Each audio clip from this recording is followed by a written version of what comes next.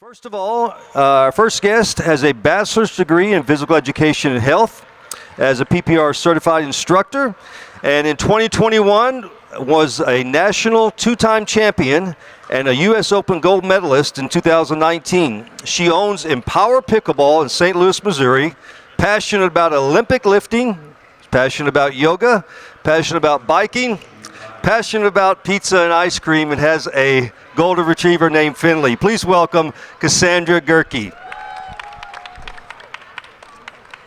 Our next guest is the CEO of Joy of Sport. It's a global performance coach, sports commentator. All right. She has worked with world-renowned celebrities, Olympic athletes, Fortune 500 CEOs. She coaches champions and serves as an international tournament commentator. She has worked and produced winning results for executives, entrepreneurs, and elite athletes worldwide. Please welcome Joy Macci. Our next guest is a pioneering force in health and wellness, empowering individuals to lead healthier lives in nutrition and health. She's a life coach, a personal trainer. She has a aging wellness spa in Anaheim Hills, California. She's done a lot of great things here. She reflects her passion for making advanced health solutions accessible to all. Please welcome Penny Foskaris. And last but not least, he is a high-performance thought leader who introduced sports science and athlete tracking to collegiate and NFL football. With experience working with NFL, NCAA programs, Olympians, Nike, and the Department of Defense, he's an expert in sleep and stress resilience and holds a doctorate, which makes me definitely not the smartest one on stage, in exercise science. He's also the founder of AIM7, the first health and performance app for pickleball. Please welcome Erik Korem. All right, guests, we're going to start with the first question today. When it comes to mental preparation, what role does that play in peak performance, and how can players develop an effective mental routine? Let's start with Erik. I'll tell you, you go ahead and got it. Okay. Well, I think, first of all, what separates elite players from average players, like once the skill is level, it's always what's happening between the ears. And I think at any level, a good friend of mine, Dr. Peter Haberl, he's a senior psychologist for the U.S. Olympics, and he says that attention is the currency of performance. And what every athlete wants is to be able to control their attention and place it where they want it, when they want it there. And so like right now, the Olympics are going on. Most people probably don't realize that most of these Olympic athletes are not achieving their personal best at the Olympics. Most of them are underachieving. There's very few that are actually having personal bests. Why? Because the pressure, right? And then there's a great Olympic cyclist. His name is Sir Chris Hoy. He won 6 Olympic gold medals. And when they asked him what it was like to race in an Olympic finals, he said it felt like he was going to the gallows, like he was going to be executed. This is the absolute best in the world. But then what he would say is, I would then shift my attention to my hands on the steering wheel and my feet in the clips and my butt in the seat, and then I would take a confident action. And so there's this myth that elite athletes or elite performers don't feel uncomfortable thoughts, emotions, and feelings. That's completely untrue. The reality is the best of the best are going to feel very uncomfortable. But those that can control and harness their attention and then direct it towards action, those are the ones that perform at the best. So I would say it's absolutely critical if you want to be an MPL player, like what's going on behind us, if you want to be an excellent pickleball player, or if you just want to consistently improve in your skill and not go out and play and then have one point lead to another bad point that leads to another bad point. So I really think it comes down to being able to control and harness your attention. See, that's why Erik is a PhD, when you get answers like that, all right? All right. Dr. Penny, what would be your response to that? Well, I think that he's right on, all of that. We need to shift the energy because everybody's going to get nervous when they're about to play, and especially in a bigger tournament. And so shifting the energy and actually I think sometimes we have to practice in a different nervous environment, so we're actually in it. It's not as intense. Like even, I always equate to when I used to sing, I would get nervous and I couldn't sing. If I was running and singing and on my treadmill where I thought, oh my God, I'm going to fall if I trip. And I did that. So taking an exercise, and so when you're getting that nervousness, you know how to handle it, that energy, and be able to focus it to what you need to do. So I think that's what really do. It's actually, when you train an area and you have to achieve higher to where you're going to be not nervous in that situation, because you take the energy somewhere else because you've learned how to do that. So I think that's Dr. Joy, what would you think about that? Well, a lot of times when you're training the mental aspect, you want to take it realizing that sports is one. Winning in sports in the game of the light is an inside job. As we all know, as you were saying, it's between the ears. It's so true. What you're focusing on is you've got to have the inner winner before you can have the outer winner. And what most people don't realize is 97% of all human behavior is controlled subconsciously and not consciously, according to Harvard studies. And what the subconscious is the behaviors that we have growing up even as a child, or the things that we've grown up doing. And to be a peak performance player, you've got to focus on the best and be your best by learning how to quiet the inner critic and then step into your best self and make sure that nothing gets between you and them, and finding the inner winner way. Okay. And KaSandra, you're going to answer this from the standpoint of a player. Yeah. I think coming up with routines is a great thing to have. So, for example, I think we always focus on physical, like how our physical abilities are. We're always lifting, working out, working on our skill set. But we don't focus enough on that mental aspect. Like, do you actually put work into your mental assets as well as the physical? For example, I know on tournament day, I have to get up at 5 a.m. if I play at 8. I need a lot of time to get my life together. If I do any of these little steps wrong, more anxiety creeps into my day. So on a day that I'm getting ready, I might not have as much coffee. Coffee brings anxiety, caffeine, all that stuff. So I make sure that I find that routine and try to really stick to it. It's going to be different for all of you, so it's kind of trial and error, but I've got it down to the best I can possibly get to now, just by seeing what works, taking notes. If I lost that day, I think about how anxious was I? What did I do that morning that maybe caused that? And then I've just tried to kind of dial that in and find a good routine to go off of. Building on that question, I know in pickleball there's always something out there that distracts us, gets our attention. It's a setback. What are some of the things in pickleball that you've experienced with athletes, and how can they focus on things that would help them overcome that? I mean, even right now, these people playing on these courts over here, you've got so many people playing, so much noise here. What are some things in pickleball that are specific, you think?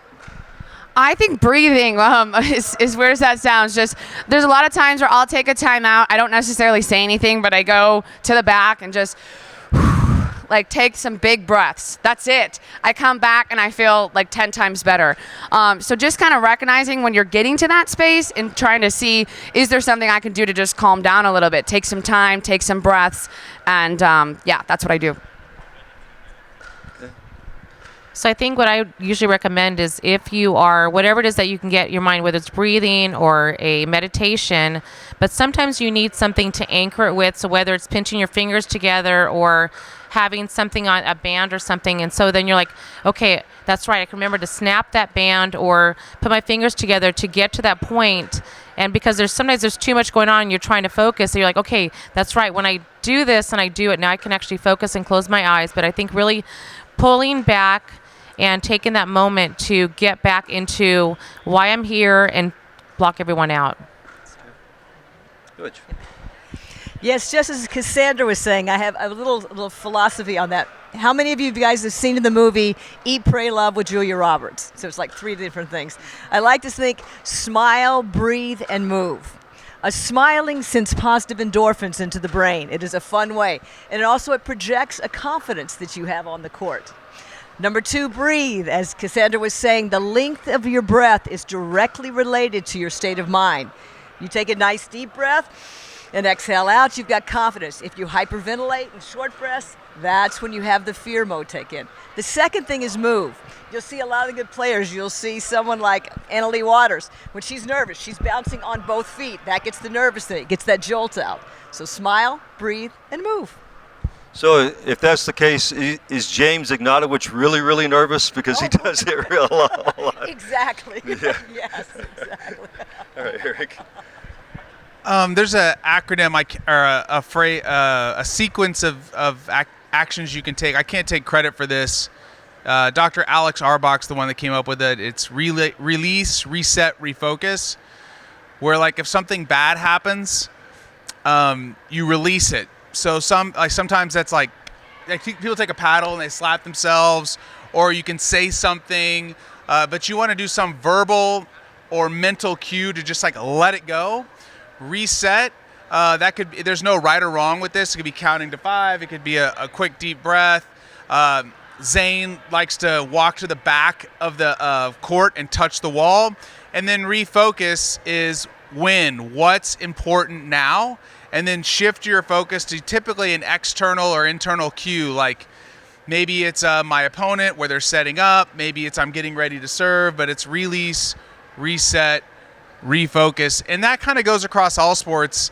I was just consulting with an NCAA volleyball team, and the coach was kind of talking about how they had a player that would kind of spiral out of control. And I call this like the 1-point mentality. My career in football, we always said every play has a lifespan of its own. Good or bad, you process it and move forward. The problem is when you can't move forward. Like you made a mistake or something, there was an unforced error, and you don't move forward. You got to have a process in place, like you said, whatever works for you, to move from that to a confident action that you can take. Yeah, I get that because all of us have played before, and there's been a shot that we know we should have made and we miss. Or we look over and you think you made a great shot and it's been a bad line call. Or your partner's getting targeted and they've missed 5 in a row. What are some things you would say to yourself or to encourage your partner in that situation? I think one of the things I don't think that's spoken often enough about is the relationship with your partner. And I'm actually working through some of this stuff with some of these psychologists that I know right now. But you've got to have good lines of communication before you step on the court. You don't want to start dealing with these situations. Like you need to have like, hey, listen, when things go good or things go bad, something bad happens, how are we going to negotiate this? How can I give you feedback that's not going to crush your soul, right? Some people want it direct, like eye to eye. Some people like want it a little bit different. You got to have these things pre-negotiated. I also think that like it'd be great to establish a routine with your partner in advance, but this is typically where teams break down. It breaks down in the quote, the huddle, right? Or on the walk back to the baseline. And if you haven't worked through these things in advance, and look, I love how Scott Fliegelman says he likes to be a chameleon for his partner. He wants to pull out the best in his partner. So if you are in a situation where you don't really know this person, it comes down to being selfless and not focused on yourself, because guess what? Like, it's just pickleball. Like, at the end of the day, none of us are getting paid Ben John's money. So, like, let's be real. You know, we're all competitors, but, like, you need to have a long-term mindset. One of the fun things I like to say is when you're with your partner and either one of you have made a bad shot, if you go, okay, hi, guys, next time, got it. If you do a physical act of high-fiving, next time, got it, you've got it. Or the key thing is I like players to do when they miss a shot is instead of thinking, what have we all been trained to think? What did I do wrong? Why did I screw it up? I like to reverse the kaleidoscope and say it's success psychology and saying, hey, to hit it great, I do this. Ooh, give me another one. So if you can focus on what you want to do to make it great instead of focusing on what we've done to miss the shot, I think that helps a lot. But the positive encouragement and all that, as well as the positive success psychology, has helped me. Yeah, I think definitely, looking at the positive, but I think that if we are open enough to tell our partner what is it that gets us back in our mindset, because sometimes you're so distraught, like, oh my God, it's another bad shot, you can't even refocus yourself. So telling your partner, like, okay, talking to her, like, this is what I need to do to refocus. And you can, hey, remember, do what you need to do to get back in the game, because sometimes you're beyond yourself and you can't think about it. You can depend on your partner to remind you, and they can remind you as well. So I think having that tool in your tool bag to help each other, and then you play better all together. This is good stuff. I'm listening to all this, just excited to be here to listen to these guys. I think the Erik hit on the head with the pre-routine. I tell my partner, hey, tell me I'm pretty when I miss a shot. That's it. Just tell me I'm pretty. I don't want to hear anything else. Tell me I'm pretty, smile, and then leave me alone. Because what can I get? I can't get mad at that. I'm like, oh yeah, that's right. I'm still pretty. I might not be good at pickleball, but I look good. It's fine. So having that kind of setup of knowing what's going to get your partner. I use laughter a lot, like humor.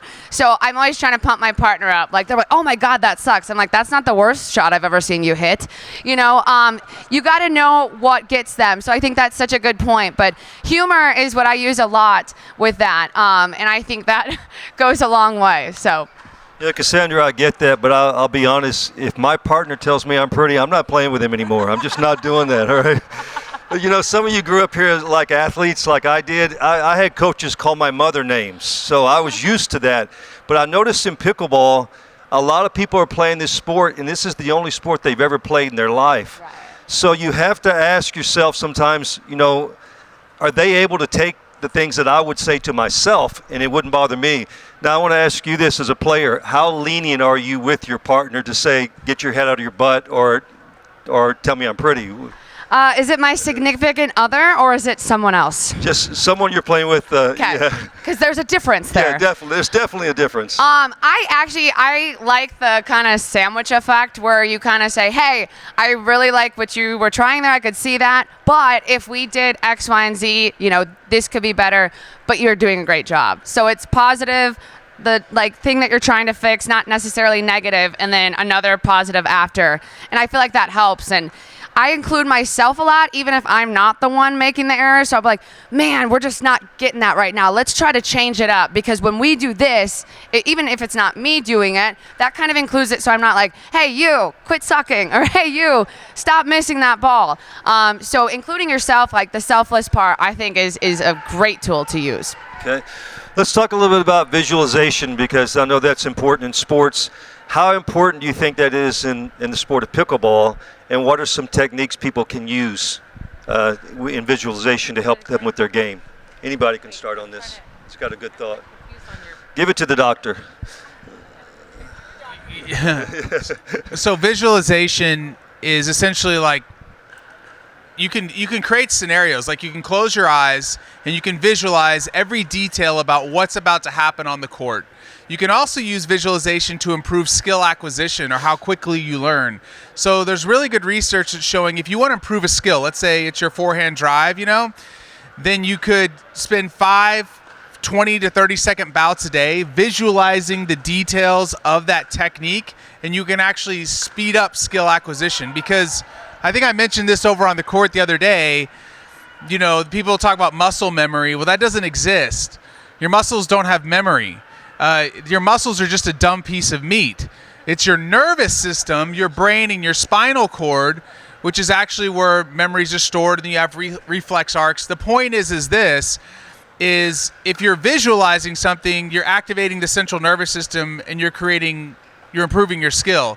Also, one of the best ways to perform under pressure is to actually put yourself in that position. So I worked with she's an 8-time Olympic medalist. She won 3 gold medals in the 200 meters and the 4x1 for Jamaica. Her name's Veronica Campbell Brown. And she was amazing at visualization. She would spend like an hour laying down in her room multiple times a day, visualizing everything from what it was going to be like to warm up on the track, to walking onto the track, to getting in the blocks. She would go into the stadium. If you can, let's say you're playing out here for the MPL and you come out the night before and you walk around, really kind of make a mind map of it, go back to your room, and then visualize every single thing that's going to happen step by step. It's going to help lower stress, and you're going to feel like you've actually been there before because guess what? You've been there in your mind. So it's probably one of the most underutilized sports psychology tools. So true. I mean, how much can you say after that? The key thing is to visualize, to realize. It's like what you want to look. You look at any top athlete; they have pre-played it in their mind before they. I can tell a funny story. When I was also competing in the equestrian world, I was in dressage, and I was getting a massage the day before, and the masseuse says, "What's going on, Joy?" I was mentally in my mind riding the race, and my little glutes were twitching and whatever, and that because I was like physically there. And whether you're on the pickleball court, you're on the tennis court, you're on equestrian or whatever you're doing, when you can learn to practice that, I encourage my students. Each night before, a week before, 5 minutes a night, visualize yourself playing the best pickleball of your life. You're winning the tournament, you've got the gold, you've done your shot. And what's so funny, even 5 minutes practice a night before the tournament, it is amazing how that reduces the stress that you have during your match play. I agree. It's funny, when you first asked the question, I thought you said, how do you digitalize? And I'm like, how am I going to answer that? And they said, visualize. I'm like, visualize, yes.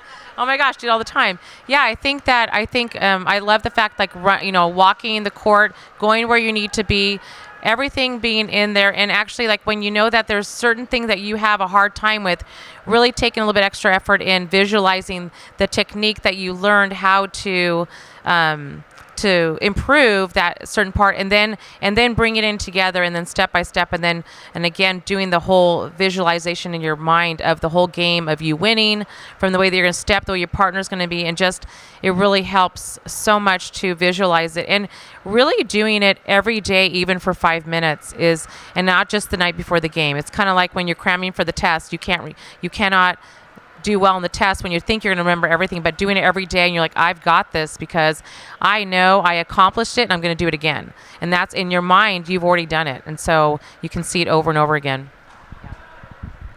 I think they've nailed all of that. This is something that I actually need more work on as I'm listening to all of this.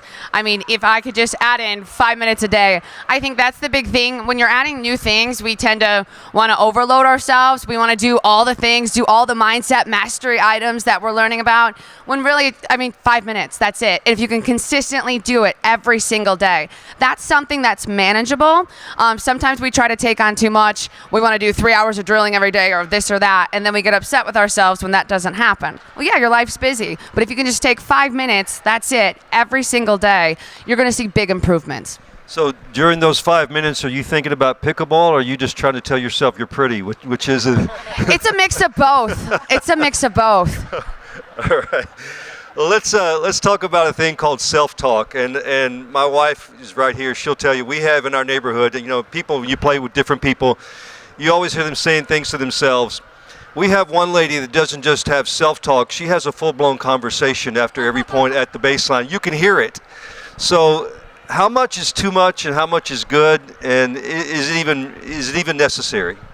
I'm that lady having a conversation with myself in the back of the court. So I've learned, and I've been actually trying this out this last few tournaments, is self-talk, whether you believe it or not. Whatever you say, your brain doesn't know the difference of like that positive, negative like thing. So what I mean by that is, it does know the difference. So with that, if you're like, oh my God, you suck, I suck, you're constantly feeding that into your brain, that's what's going to come out. So what I've been trying to do is call that timeout. I go to the back of the court, I sit there, I'm like, you're a freaking badass. You've been working on this. You've been working on this drill. You can do this drill. You've been doing it all week. You're a badass. That's going to be different for everybody, what you say to your own self. I found that's what I need to hear. So you can trial and error of how much you're talking to yourself, how much you're not. It's got to be personalized to you. So keep trying stuff.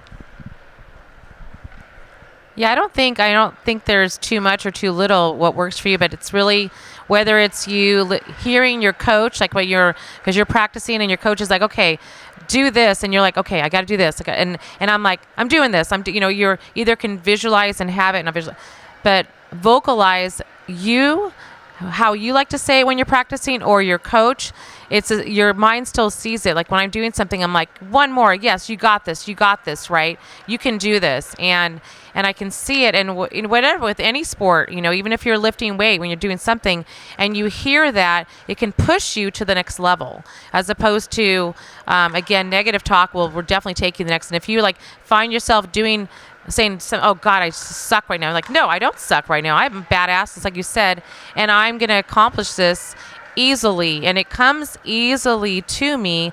This is so easy because I'm a badass, and putting those words out there to hear it, and you put the emotion in it as well too, to accomplish it. You just made me think of something. So, you have to retrain your brain. I just thought of something here. And so if you're constantly in that negative motion, which I was sitting there going, you suck, you can't do this, da-da-da-da, and it was just naturally coming out. You can retrain your brain by constantly taking that thought and kicking it out with a brand new one. So as soon as it comes in, nope, I don't suck. I'm awesome. I've been working on this and I've got it. And the more you can do that, flip that thought that's coming in, because it will try to come in, you're going to see more success. It's always you, Joy, introducing you. Your time to talk. This guy just interrupts every time.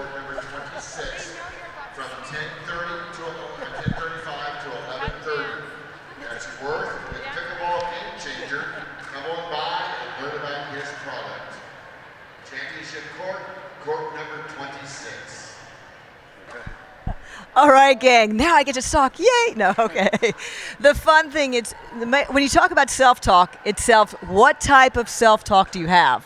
Do you have the inner critic, or do you have the inner champion? Are you taking the energy away from yourself, or are you adding the energy into yourself? What I've encouraged my students to do a little bit is, like, when they get nervous, when they get into the inner critic a little bit too much, I like them to say, I am calm, I am confident, I am a champion. Yes, finding a ritual. It's kind of like your rituals there, KaSandra. I am calm, I am confident, I am a champion. Okay, to get into that. Also finding little words like next time, got it, this is mine, I can do it. Finding those little phrases that click with you. And a lot of times alliteration comes up to help that. But remember, does it give you energy or take it away? Keep that energy going in, and you're going to find the winning way. Yeah, I've heard it said, are you talking to yourself or are you listening to yourself? And I think about this more in my personal life. I think you have to win the battle between your ears every single day. And, you're either trained or you're untrained. So I think there's fake self-talk where you're like, oh, I can do this, but you haven't put in the work. If you put in the work, to Cass's point, then you actually have something solid to anchor on. And then, a lot of this goes back to anxiety, right? And I was recently reading something that Jeff Bezos wrote, and he said that a lot of times he would trace back anxiety and fear to inaction.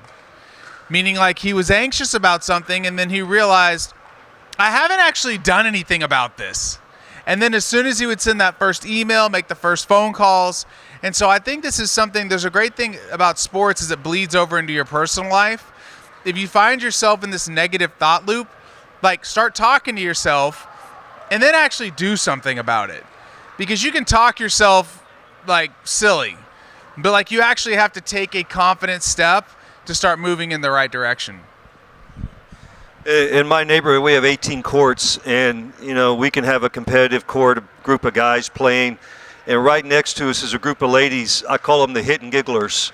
They're having the best time, and I'm looking at them thinking, we're not laughing like that because we're taking it so serious.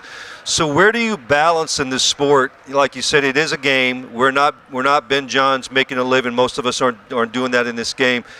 How do you balance intensity with enjoyment of the game?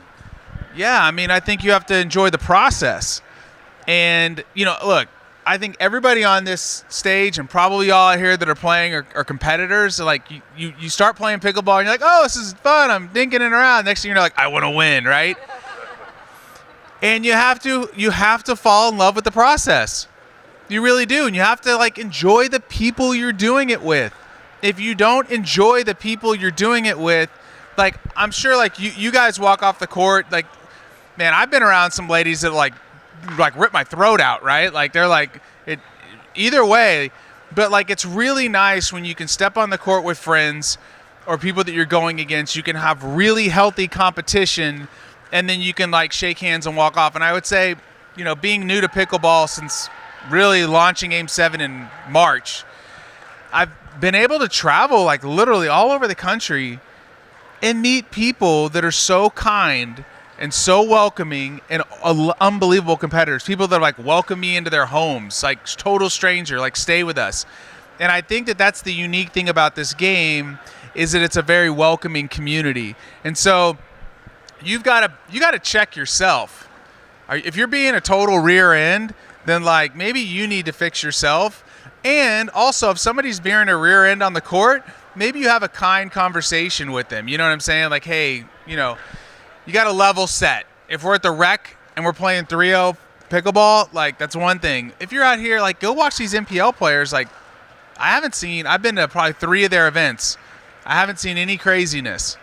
Like we have a former Heisman Trophy winning quarterback playing over there, and there's no craziness going on. They're all getting after it, and then you see a lot of people hugging afterwards. That's an elite competitor. That's one of the gifts I think we have with pickleball. You see the love, the support. It doesn't matter what your age. If you're 2 years old to 92 years old, you're going to see support among the community. And what's fun is I think about pickleball and anything we do in life, it ought to be fun. Finding new friends, developing new friends, and also growing yourself. I think we're always going to have a lot of fun in pickleball if we feel like we can improve something a little bit every day. How do I get a little bit better?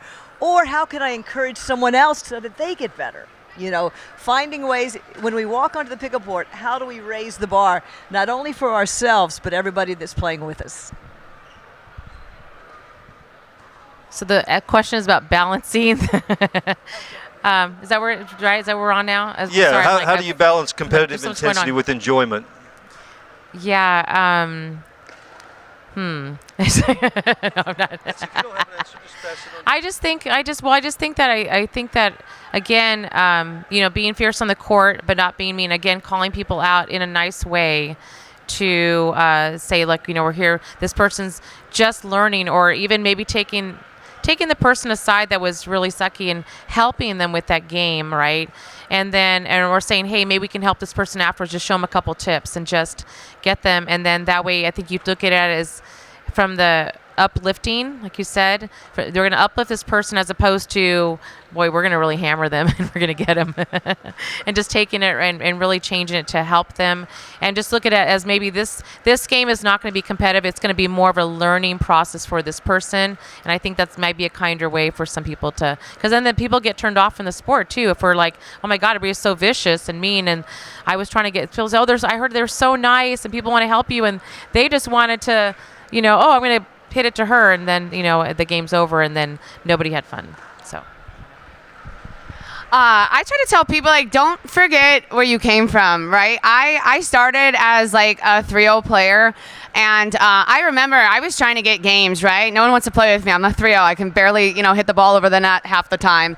And I think it's just, I came from that, and I am at the top now. You know, I have been at the top. I've won the things, got to that level, and I try to not forget where I came from. So when I go home to Wisconsin and I show up at the YMCA and Jim, who taught me pickleball, is there, I'm playing games with Jim, right? I'm not going to be like, oh, I'm a 5-0 now. Jim, you're like, I can't play with you. I'm so much better.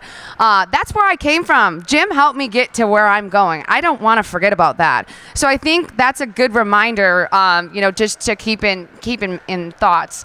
The other thing is knowing, I think Erik made a good point, like know where you're at, right? If I'm here and I'm trying to win, I'm at a tournament, like that's a different mindset for me, right? Like I'm balls to the wall. I'm trying to win.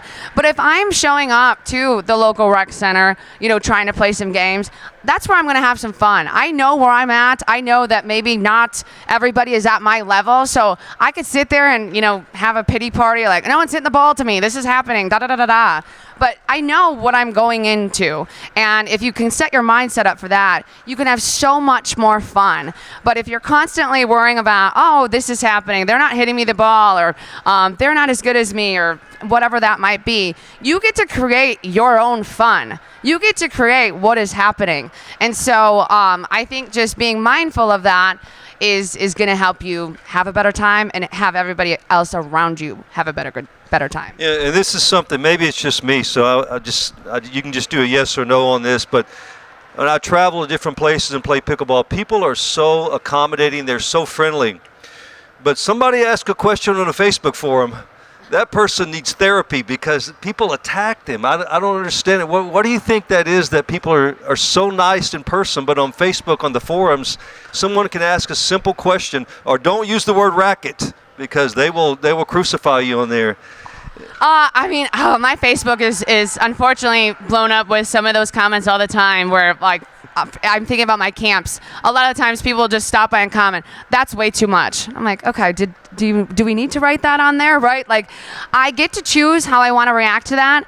So I'll comment back and just be like, I'm worth every penny. I hope to see you sometime. Like, if you just respond back with a positive note back to them, what are they going to say? I've never had anybody reply back to that. Like, they're just like, oh, okay. Like, I'm like, dude, it's totally worth it. Come check out the camp. Can't wait to see you. Or someone will be like, you're gouging with the prices. Like, they'll really rip on me. And I'm like, thanks for the feedback. I hope to see you at a camp sometime. At the end of the day, it's a them problem, right? It's not us. They're seeing what we're doing, and they probably think what we're doing is actually fabulous. But they, decide to make a comment that time. So you get to decide how you want to react to it. But it's all over the place. Sure. I think it's in any group. I think people hide behind social media, and the jerks come out if they know that they can actually say something they would never say in person, and then you kind of find out what kind of a person that person is, and we can decide to either even just block them out if they were continuously being negative. Just get rid of them. Don't even they can't even comment anymore. Like you said, being paused, like for that's nothing. Like they're just talking about the price, and you're like, oh well, that's what it is, and that's what I charge too, whatever I charge. But I think especially if someone's being negative to someone else or being mean because they asked a question, that person gets removed and they never get to the privilege of being in the group again. I think because it's a privilege, and we look at it, and if they can't behave, they're not allowed to be in that group anymore. Just remove them. Sure. Yeah. I so agree with you two. You guys have nailed it. It's like bring out the best and let go of the rest. If you've got the negativity, it's really going to bring the group down versus elevate it up. So what we want to do is how do we elevate all versus kind of bring negativity into it. Yeah, Cass has the most experience. She has like a 30,000 person Facebook group. I think it's all insane. Like, I do a ton on social media, and people say like horrible things, and I've done the same exact thing. I'm like, God bless you, have a wonderful day. And then it's just like, what? Like, you didn't retaliate and hate? Like once again, like if you kind of just level set on like what reality is, and you just take a deep breath, like you realize how petty and stupid it is. Okay. Last thing is, for all of us here, you probably have your own theory on this, but what is a good pre-match routine that you would recommend? And everybody's probably going to have something a little bit different, but what's a good pre-match routine? Of course, it's different for everybody a little bit. I think you start general and go specific, and there needs to be a physical and psychological component. So be weird and warm up. You definitely need to warm up. And I think that it's a process. You need to start fueling yourself at least 60 to 90 minutes before you need to have something to eat. And there's like a composition of what that needs to look like, but you also need to match it to how your body digests food. You need to hydrate. If you're playing like a one-off match, like it's not that big of a deal. If you're playing in like 4 or 5 matches in a multi-day tournament, a lot of people get themselves into a lot of trouble. They get hypoglycemic. They don't get hydrated. I've seen really crazy stuff happen at tournaments and events. So it's like there's a physical and a psychological part. And then you need to just make sure that you're enjoying yourself and having a good time. If you stop having fun, then you should stop playing the game or take a break for a little bit. That's okay. If you're not having fun anymore, take a break. And then if there's a hunger for it, you're going to come back to it. But you need to have a It needs to have a physical and psychological component, and everybody's different. I wouldn't get up 3 hours early at 5 a.m. I'd probably get up 2 hours early, and I would definitely have my coffee. But Cass is different than me. Does that make sense? But she had a physical and a psychological component to it. You're so right. I mean, you've got to warm up your mind and your body. And to warm up the mind, one of the best things is your visualization. That can be the night before, the game of.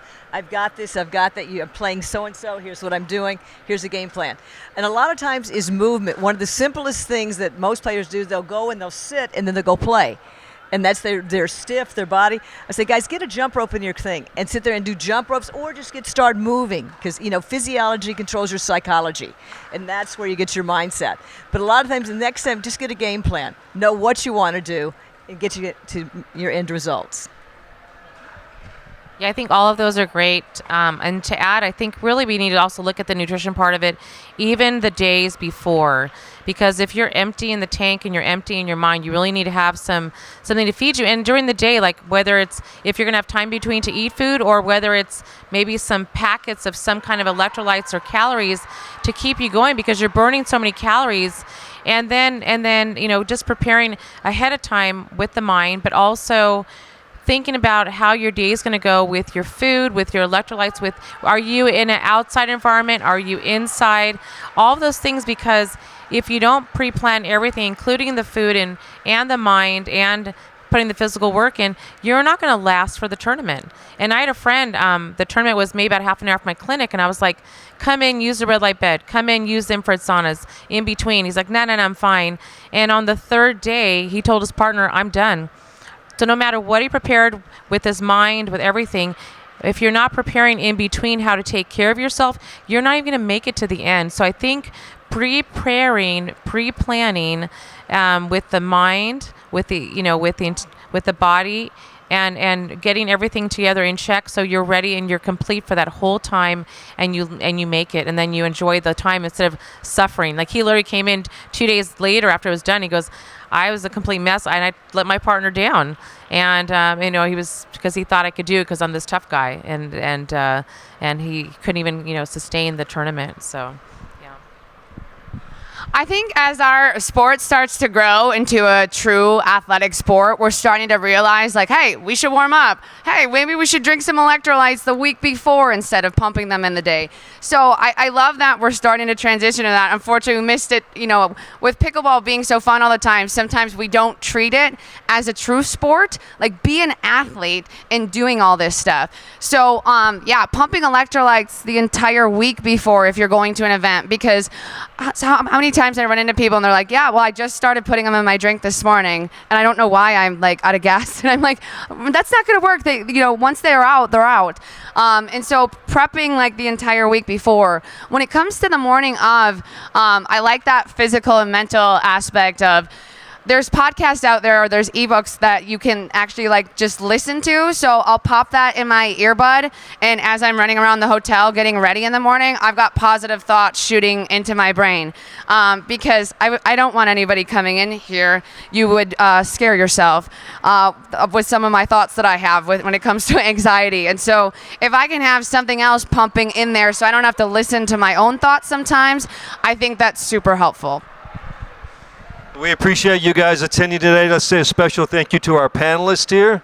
And everybody enjoy the rest of your time here at PickleCon. Thank you so much. Thank you. Guys, thanks.